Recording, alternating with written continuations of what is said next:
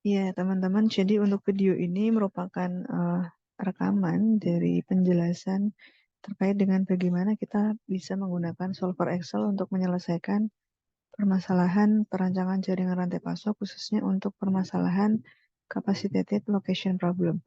Nah, yang pertama, seperti yang tadi sudah saya janjikan, bahwa kita akan menginstal add-in solver dulu di Excel, yaitu teman-teman nanti silahkan buka Excel, kemudian nanti bisa ke file. Nah, kemudian nanti di option, teman-teman bisa ambil yang klik yang add-ins. Kemudian nanti di Excel add-ins, teman-teman pencet go dan di checklist di bagian solver, di OK saja. Nah, kemudian nanti kita klik data, ya. Kita klik data, nanti di sini akan muncul solver. Oke ya. Nah, sebelum ke solver, kita akan bahas terlebih dahulu, yaitu cara pengisian di Excel-nya dulu sebelum kita memainkan solver ya. Jadi ini kita bikin sesuai yang ada di soal, gitu ya. Diketahui ada 4 pabrik, kemudian ada 5 pasar atau market ya. Dan data apa lagi yang ada di soal, yaitu adalah pabrik ini ketika nanti dibangun itu akan membutuhkan biaya fixed cost atau biaya tetap sebesar masing-masing seperti ini.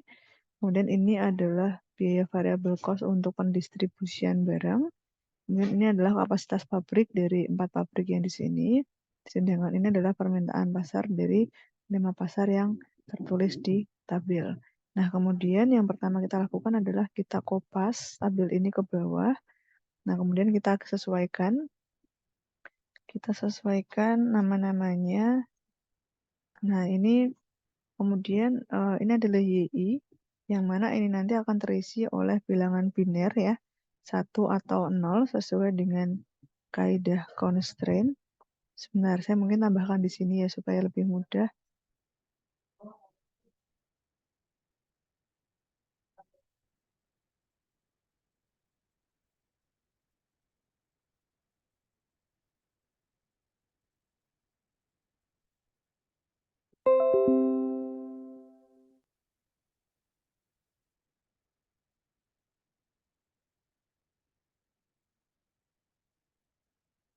Nih, saya kopikan di sini. Jadi ini nanti YI ya akan diisi oleh binary. Kemudian di sini ya, di sini ini nanti saya tandain ini aja. Saya tandai warna yang berbeda aja. Misalkan hijau gitu ya. Oke. Nah, ini jadi untuk yang kuning ini merupakan kolom isian nanti untuk YI atau bilangan biner, dan yang di sini adalah XIC untuk mengetahui berapa sih alokasi pengirimannya. Nah, kemudian di sini kita akan hitung total kirim dari pabriknya dengan rumus penjumlahan seperti biasa untuk row yang hijau, gitu ya. Untuk 5 market, ini nanti kira-kira berapa sih yang dikirim dari Surabaya. Nah, ini kita tarik aja rumusnya. Kemudian untuk total supply ke market juga sama, kita jumlahkan. Tapi ini kita jumlahkan secara vertikal untuk mengetahui supply market yang didapatkan oleh masing-masing berapa. Supply yang didapatkan market dari masing-masing pabrik, gitu ya. Dan ini kita tarik ke samping. Oke, nah kemudian kita jalan ke constraint yang pertama. Constraint yang pertama tadi kan ada ini ya, di mana XIC itu sama dengan DJ, yang artinya adalah jumlah yang dikirim dari I ke J itu harus sama dengan demand. Nah, sehingga di sini kita bisa cek bahwa ini adalah demand marketnya ya. Kemudian ini adalah yang nantinya akan disuplai ke market dari masing-masing factory. Sehingga supaya demand-nya itu terpenuhi semua, maka yang tidak terpenuhi harus kita setting ini ya, permintaan market dikurangi yang disuplai ke market berapa. Kita akan mengetahui nanti yang tidak terpenuhi itu ada berapa. Ini karena angkanya masih 0, maka di sini masih hasilnya akan sama dengan yang demand awal ya, karena kan di sini belum terisi. Nanti seiring dengan kita solve dengan Excel itu akan terisi dengan jelas berapa sih sebetulnya demand yang tidak terpenuhi, apakah ada atau tidak. Seharusnya kalau dari constraint sih harusnya di sini nanti nol semua karena demand kan harus terpenuhi 100%. Nah, kemudian terkait dengan constraint yang kedua yaitu XIJ kurang dari sama dengan KI kali YI, itu artinya adalah yang dikirim tidak mungkin melampaui kapasitas. Nah, di sini kalau yang dikirim itu adalah kurang dari kapasitas, berarti kan nanti akan ada sisa kapasitas. Tapi kalau yang dikirim itu sama dengan kapasitas, berarti kan sisanya akan nol. Berarti artinya kita harus siapkan sisa kapasitas di sini. Caranya gimana? Caranya adalah kapasitasnya dulu yang diketahui ya. Kita sebentar. Kapasitasnya kita kalikan dulu dengan binary karena kita nggak tahu nanti dia akan dibuka atau tidak gitu ya. Jadi harus kita kalikan dulu dengan binary baru kita kurangi dengan total yang dikirim. Jadi sebetulnya kalau secara mudahnya adalah intinya kan sisanya itu ya berarti kapasitas yang ada dikurangi dengan yang digunakan gitu kan. Ini kan total kirim dari pabrik ini kan berarti yang real nanti digunakan untuk mensuplai ke market-market ini yang real digunakan oleh pabrik itu berapa gitu kan. Nah, makanya di sini sebetulnya tinggal ini kurangin ini, tapi kan nggak bisa karena kita kapasitas ini kan hanya akan ada kalau pabrik ini dibuka. Nah, dibukanya taunya dari mana? Dari hasil binary yang nanti akan tertulis di sini, gitu ya. Jadi rumusan seperti ini, dan ini nanti langsung kita tarik ke bawah. Oke, kemudian nanti kita harus mencari total fixed cost-nya. Total fixed cost-nya itu berarti kan nanti fixed cost dikali dengan binary. Nah, kita pakai rumus sum product. Sum product dari sel ini, kemudian nanti dikalikan di sum product dengan sel yang ini. Oke ya. Kemudian untuk variable cost, kita akan sum product kan variable cost dikali dengan, maaf, sum product ya. Sum product dari sel ini adalah biaya kirim dengan sel ini nanti adalah jumlah yang dikirim atau XIJ-nya berapa. Oke, ini ke-12 sepertinya. Oke, berarti nanti total biayanya tinggal ini ditambah dengan yang ini. Ya, sampai sini semua sudah kita masukkan. Kemudian kita mulai ke solvernya. Oke, solvernya coba kita ini ya. Coba kita perhatikan dulu. Solvernya di sini intinya adalah sebentar, solvernya itu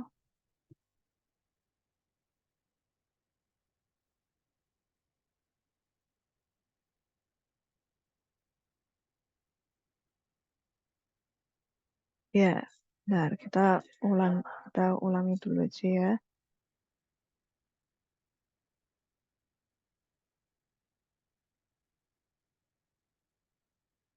Oke, kita reset. Nah, objektif function itu adalah fungsi tujuan yang akan kita cari di akhirnya itu adalah total biaya. Oke ya. Nah, karena tadi biaya, maka kita harus minimize atau minimalkan. Dan ini changing variable. Sel ini adalah decision variable. Decision variable kita di sini adalah yang saya warnai kuning dan juga warnai hijau. Warna kuning untuk yang binary, warna hijau untuk yang XIJ, gitu ya. Nah, kemudian ini kita harus masukkan constraint-nya, ya. Sesuai dengan constraint yang ada di sini. Ya, sesuai constraint yang ada di bawah sini tadi. Ya.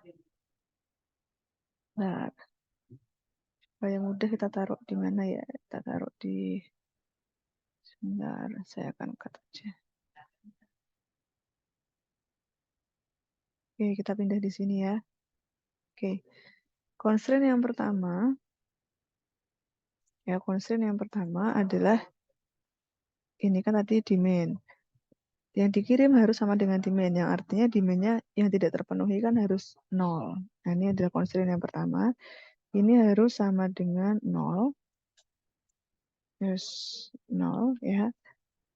Ini harus kita add. Kemudian constraint yang kedua kapasitas ya. Kapasitas kan tadi berarti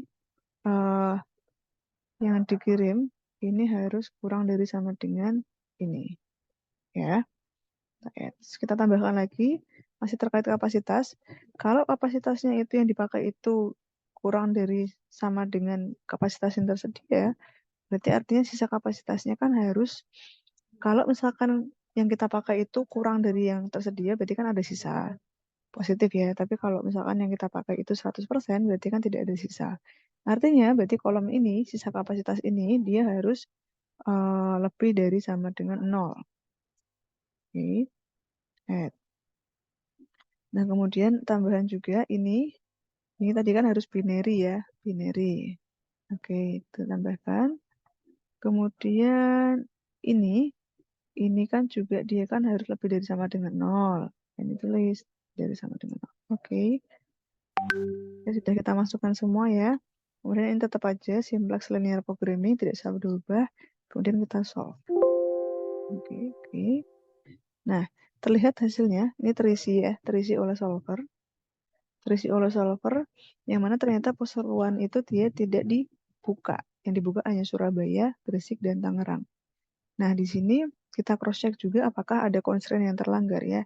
Untuk constraint yang pertama, demand yang tidak terpenuhi tidak ada, berarti artinya terpenuhi semua, berarti constraint 1 terpenuhi. Kemudian constraint 2, kita lihat dulu yang di sini, apakah ada yang melanggar yang di sini, ternyata tidak ada ya.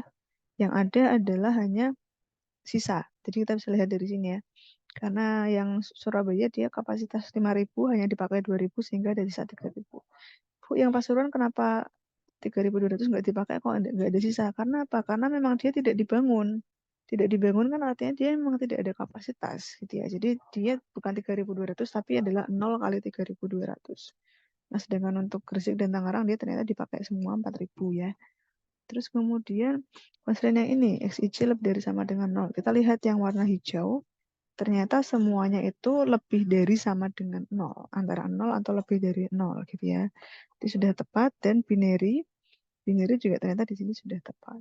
Nah, artinya di sini tidak ada yang terlanggar, sehingga kita bisa pastikan, oh ya satu lagi secara kelogisan, di sini juga Pasuruan 0, artinya dia tidak dibangun, maka tidak ada pengiriman sama sekali. Ya. Tuh. Nah, kemudian untuk hasilnya, untuk hasil optimalnya, untuk meminimalkan cost, itu kan sudah dirancang tadi ya, berarti ada 3 pabrik yang dibuka dan 1 pabrik tidak jadi dibuka. Nanti kalau itu dilaksanakan, estimasi total biayanya untuk fixed cost dan variable cost adalah 81 miliar 30 juta rupiah. Nah, itu mungkin yang bisa saya sampaikan. Nanti teman-teman silahkan bisa mencoba latihan soal untuk capacitated location yang terkait dengan factory dan warehouse dan market gitu ya. Oke, terima kasih. Selamat mencoba semuanya dan semoga sukses selalu.